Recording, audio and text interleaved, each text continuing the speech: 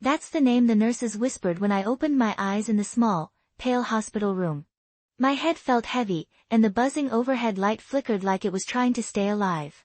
I didn't remember collapsing. I didn't even remember driving home.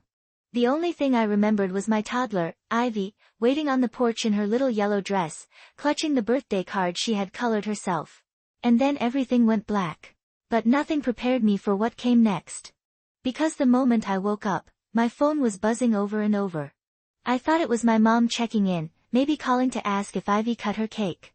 But when I picked up the phone, the only message waiting for me was from her. 4 words. No emojis. No apology. No love. Tell her happy birthday. Not even her name. Not even a call. Just a cold instruction from the woman who raised me. While Ivy sat waiting for hours, holding that card like it was the most important thing she ever made, my mother sent one dry text and disappeared for the rest of the day. That alone hurt enough. But what I learned next cut deeper than anything I had ever survived. And before we go further, let me say this clearly.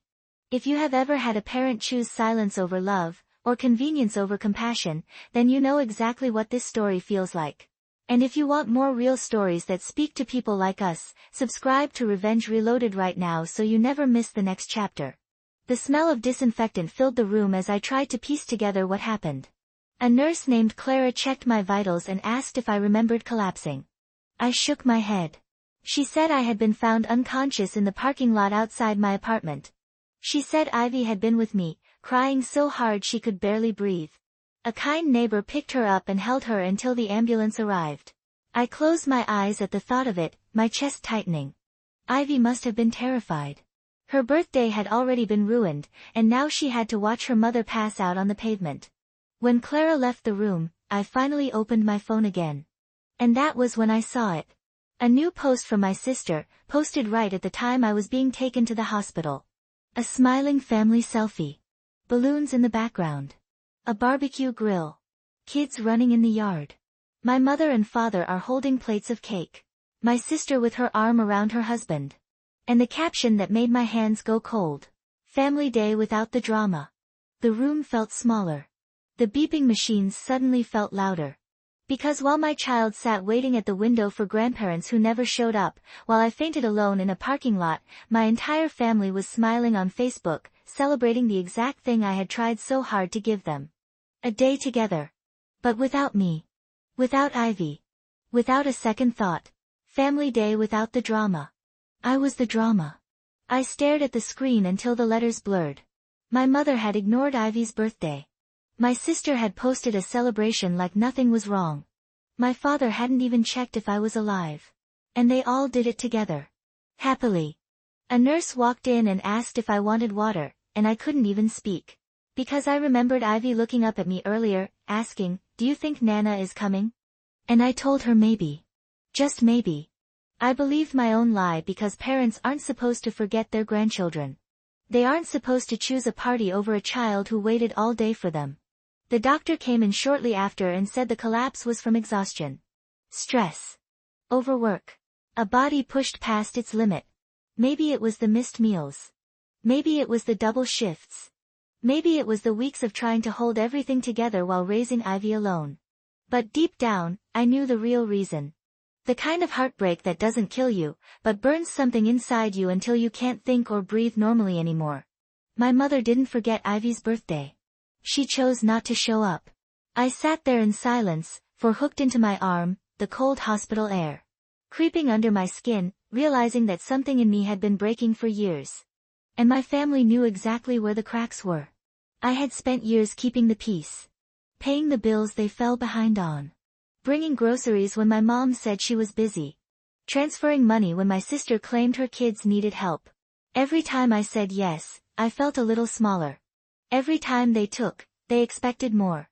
I thought I was being a good daughter, a good sister. I thought giving was the only way to stay loved. But looking at that photo, I realized something. They didn't love me. They loved what I could provide. And on Ivy's birthday, when I needed them more than ever, they showed me exactly where I stood. They showed me I was not part of their celebration. Not part of their family. Not part of their happiness. The doctor said I could leave in the morning. But going home didn't feel like going back to life. It felt like walking into the beginning of something dark, something inevitable. Because I knew the moment I regained my strength, the moment I got out of that bed, I would have to make a decision that would change everything. For me. For Ivy. For the family that never saw her as their own. But before any revenge, before any confrontation, before anything else, I knew one thing with absolute clarity. That birthday text was not the mistake. It was a warning. And they had no idea what was coming next. The next morning, I woke up before the nurses made their rounds. The hospital room was quiet, the kind of quiet that makes you think too much. Ivy was curled up beside me on the small couch they brought in overnight, her little fist still clutching the paper birthday card she made for my mother. The edges were crumpled, the crayon colors smudged from her crying. I watched her chest rise and fall in soft, uneven breaths, and something inside me shifted. Not anger. Not sadness. Something colder than both. Something steady. I slipped out of bed and walked to the bathroom, studying my own reflection in the mirror. Pale skin, under-eye circles, hair knotted from sleep and stress. I looked like someone who had tried too hard for too long. Someone who learned to swallow pain so deeply that it became part of her breathing.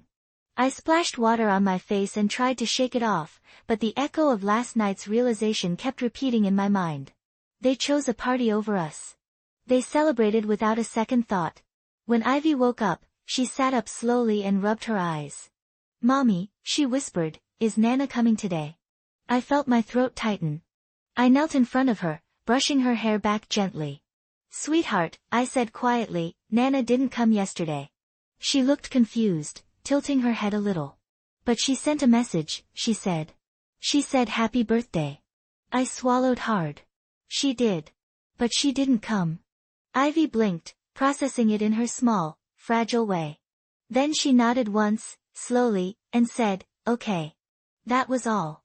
Kids absorb pain differently. They don't break. They bruise. And I could see that bruise settling behind her eyes. We were discharged around noon. A neighbor named Grace had brought my car to the hospital and drove us home. She didn't ask questions, didn't pry. She just held my hand for a moment and said she'd keep an eye on us if we needed anything. Sometimes strangers show more love than your own blood. When we got home, the house felt heavier than usual. Ivy went straight to her room to play, trying to stay cheerful, humming a little song. I stood in the hallway, staring at the pile of unopened envelopes and bills on the kitchen counter. The world doesn't pause just because your family breaks your heart. I checked my phone again. My mother had not called. My father had not called.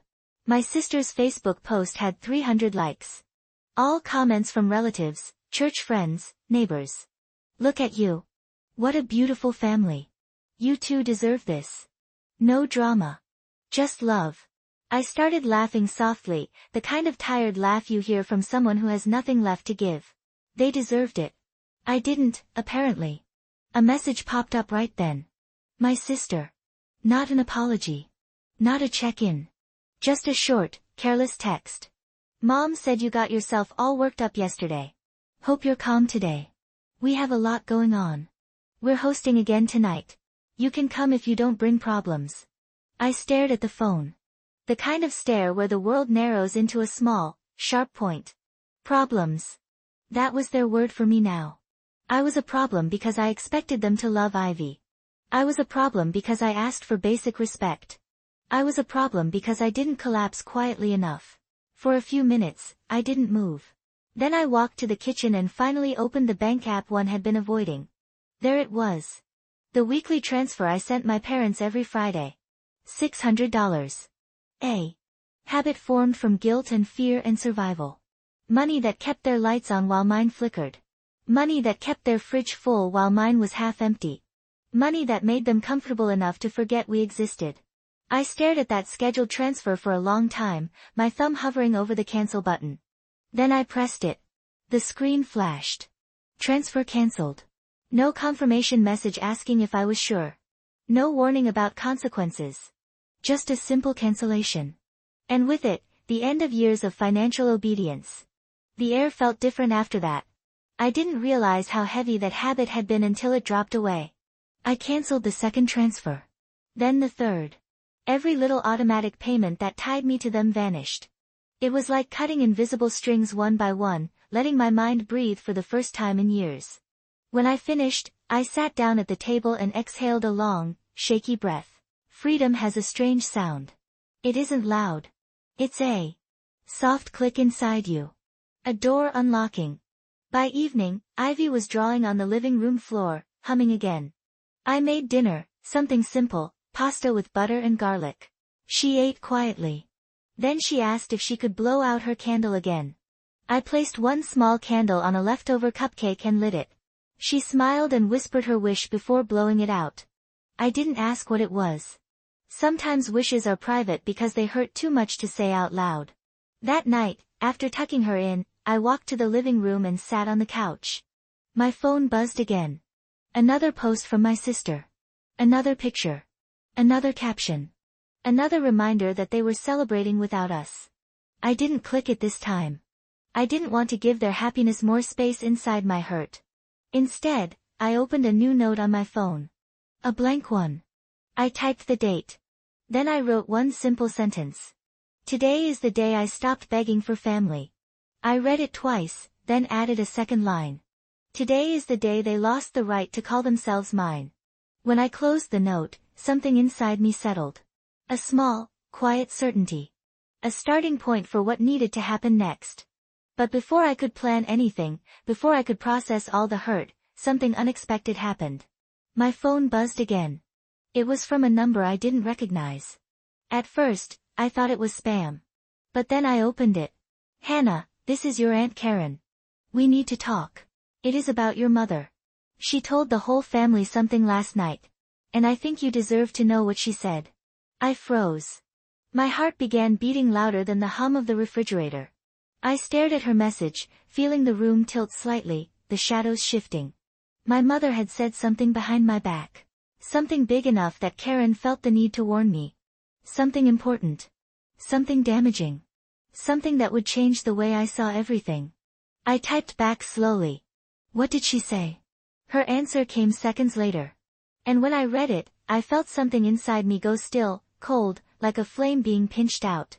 Because this time, it was not just betrayal. It was a war. My thumb hovered over Aunt Karen's message for a few breaths before I finally opened it. The text was longer this time, almost hesitant, like she was choosing each word carefully before sending it. She wrote that my mother had hosted a small get-together the night before.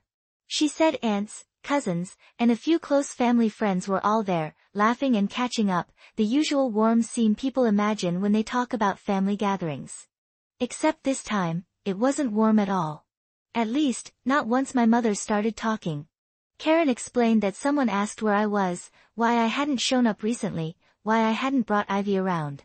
And instead of telling the truth, instead of admitting she had skipped Ivy's birthday and ignored me in a hospital bed, my mother gave them a different story. A story she dressed up with worry and trembling lips. She said I had been unstable. She said I had caused tension in the family. She said I created drama to get attention. And the worst part, the part that made my hands shake as I read it, was the line Aunt Karen repeated word for word. She told everyone that I fainted because I was overwhelmed with guilt for how I treated them. I sank deeper into the couch, staring at the glowing screen in disbelief. Guilt. That was her explanation for my collapse. Not exhaustion. Not stress. Not the weight of raising a toddler alone while supporting an entire family. Guilt. Like I was a child caught misbehaving. Like I should be ashamed of something. I felt a tightness rise in my chest. Betrayal has many shapes, but this one is cut differently. This wasn't just ignoring us. This wasn't just choosing someone else's comfort over my daughter's happiness. This was rewriting the story to make herself the victim. Aunt Karen added one more line before the message ended. Hannah, people believed her. They think you're the problem. I thought you should know. For a while I didn't. Move. The room felt colder, like the air had shifted. I could hear Ivy humming in her room, her little voice floating through the hallway, innocent and gentle. I closed my eyes and let that sound anchor me because everything else inside me was spiraling. I thought of how hard I had tried to avoid this exact thing. For years, I protected my parents. I shielded them from embarrassment. I made excuses for them when their behavior hurt people. I kept secrets that weren't mine so the family wouldn't judge them. And now they were turning me into the villain. I stood up and walked into the kitchen. The floor felt cool under my feet. I opened the fridge, not because I was hungry but because I needed something to hold on to. The cold air hit my face, grounding me. That was when Ivy walked in, dragging her stuffed bunny behind her. She rubbed her eyes and asked if she could have some juice. I poured her a cup and knelt beside her. "Sweetheart," I whispered, "do you know how strong you are?" She smiled sleepily and nodded, not fully understanding but accepting it anyway. Moments like that reminded me why I needed to stand tall, even when everything inside me felt unsteady. After I tucked her back into bed for a late nap, I returned to the living room and stared at my phone again. A new message from Aunt Karen popped up. A link. A Facebook post. She said, "You won't like this, but you should see it." My heartbeat picked up, a soft thud that grew louder. I clicked the link. And there it was. A replayed clip from my sister's live video, the same one she took at the family gathering. I hadn't watched it before. I hadn't wanted to. But now, seeing the thumbnail alone made my throat tighten. My sister is smiling with a plate of food. My mom in the background, her hand on her chest like she was speaking from a deep place of sadness. I pressed play. My sister's voice filled the room. Cheerful. Light. Trying too hard. She panned the camera toward my mom. "Tell them what you said earlier," she prompted. My mother sighed dramatically. "I don't want people judging Hannah," she said softly. "She's just going through things. She gets overwhelmed." The whole birthday situation was confusing for her. My eyes widened. Confusing. That was the word she used. The birthday was confusing for me. Not the part where she didn't show up. Not the part where Ivy cried until she fell asleep on my shoulder. Not the part where I collapsed outside my building. No. It was confusing for me. The video continued. Someone off camera asked, "Why didn't you just go see Ivy?" My mother gave a pitying smile. "We needed peace that day. And Hannah can be a lot. We just hoped she'd understand." My hands curled into fists. Understand what? That her granddaughter meant so little. That her daughter collapsing alone was less important than a barbecue? My father appeared in the frame next, arms crossed, looking tired of the entire conversation. He murmured, "She always makes everything about her. We needed a break." I paused the video. The room spun. They weren't just lying to the family. They were painting a picture of me as unstable, dramatic, selfish. Me. The daughter who paid their bills. The daughter who had been quiet for years to protect their dignity. The daughter who raised her child alone without asking them for anything but love. A simple visit. A simple phone call. A simple moment of showing up. And they still managed to twist the story into something that made me the villain and them the victims. The deepest betrayals don't come from strangers. They come from the people who know exactly where your heart is soft. I took a long breath and sat down on the couch again, clutching the phone. My fingers hovered over Aunt Karen's chat box. I typed a thank you message and set the phone aside. I didn't trust myself to say anything more. I didn't trust myself not to break. My mind kept replaying the video, the tone in my mother's voice, the shift in my father's gaze, the smirk on my sister's face. They were comfortable. They were proud of their version of events. It made sense to them. And then another message appeared on my screen. Not from Aunt Karen. Not from my sister. From my parents' landlord. It read, "Hannah, this is Daniel. I need to discuss something regarding your parents. It is important. Please call when you can." My chest tightened. Daniel never messaged unless something was wrong. I stared at his words, feeling the air in my lungs thin. Something was happening. Something bigger than the lies. Something that would change everything. I picked up the phone, hands trembling slightly. Before calling him back, I walked to Ivy's room and looked at her sleeping peacefully. Her cheeks were still flushed from crying earlier. I whispered softly, "I promise you, baby. This ends soon." Then I stepped back into the hallway and dialed Daniel's number. He answered on the first ring. And the first sentence he spoke made the world tilt under my feet. Because this time, it wasn't about me. It was about what my parents had done behind my back. And it was something I could never forgive. Daniel's voice sounded strained the moment he picked up. He didn't bother with small talk. He said he didn't know who else to reach out to since my parents never answered their phone, and he didn't want things to get worse. He explained that they were behind on rent again, but this time it wasn't by a week or a month. It was almost 3 months. He said they had told him I was still paying everything. They even showed him old screenshots of transfers I had made, claiming they were still active. They had lied to him the same way they lied to the rest of the family. I stood there in the hallway, listening to him talk, the phone warm against my cheek. My parents had been using me as a shield long after I stopped giving them anything. They had built their life on my silence and were now shocked to realize it had finally ended. I told Daniel the truth. That I had stopped paying. That I wasn't responsible anymore. He sighed, said he figured it was something like that, and apologized for dragging me into it. Before hanging up, he added one more thing. Something that made my pulse throb in my neck. He said they told him I abandoned them. He said my mother cried in his office, telling him I cut them off on purpose to teach them a lesson. She made it sound like I was punishing them for no reason. That line didn't surprise me. What surprised me was the next part. He said a church friend had sent him a video. The same video my sister posted. The one where they painted me as unstable. The one where they said they needed a break from me. And Daniel said he was sorry because now everyone in town had seen it. The world went silent for a moment. Not the house, not the street outside, but something much deeper. A stillness that settles inside your bones when the truth finally clicks into place. They weren't just lying to protect themselves. They were destroying my name to make their version of the story believable. They had dragged my reputation through the mud, knowing I had a child to protect, knowing I had a job that required people to trust me. They did it without hesitation, without fear, because they believed I would never defend myself. They were wrong. I walked to the living room and sat down slowly, letting everything settle. The lies. The birthday. The text. The hospital. The family gathering. The landlord. The debt they hid behind my back. The videos where they laughed while telling the world I was the problem. All of it stacked inside me like bricks, forming something tall and solid. Not anger. Not sadness. Resolve. I picked up my phone and opened the folder I created the night before. The one named Proof. Screenshots of the birthday post. The text messages. The video of my sister. The receipts I kept. The bank records showing transfers. Even the confirmation from the hospital. Every piece of truth they thought I would never use. For a long moment, I did nothing. I just stared at all of it, remembering the version of me who used to beg for their approval. The version who hoped every year would be different. The version who believed family was the safest place on earth. That version of me was gone. I didn't plan revenge. It planned itself.